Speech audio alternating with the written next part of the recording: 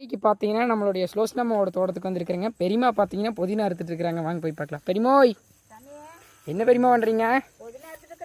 புதினா இருக்கிறீங்களா? சந்தைக்காரர் இருக்கா? இல்லை சாமி, ஆ, மொத்தமாக கொடுப்பேன் வியாபாரிக்கு. மொத்தமாக கொடுப்பீங்களா? எத்தனை பெரியமா ஒரு கட்டு எடுப்பாங்க மொத்தமாக? 8 ரூபாய்ங்களா ஒரு கட்டு? ஆமாம் சாமி. சரிம்மா. துடியூர் சந்தையும் போகிறீங்களாம்மா நீங்கள்? ஒரு சண்டையும் போகிறேன். துடியூர் சந்தைக்கு என்னென்ன இயற்கையான காய்கறிகள் எல்லாம் எட்டு போவீங்க? ஊரை நம்மளதெல்லாம் இயற்கையான காய்கறி தான். எல்லா காய்கறி கீரை எல்லாமே கொண்டு போகிறோம். எதுவுமே செயற்கை உரங்களா எதுவுமே பயன்படுத்துறது இல்லை, ஃபுல்லாக இயற்கை உரம் மட்டும்தான். ஆமாம்.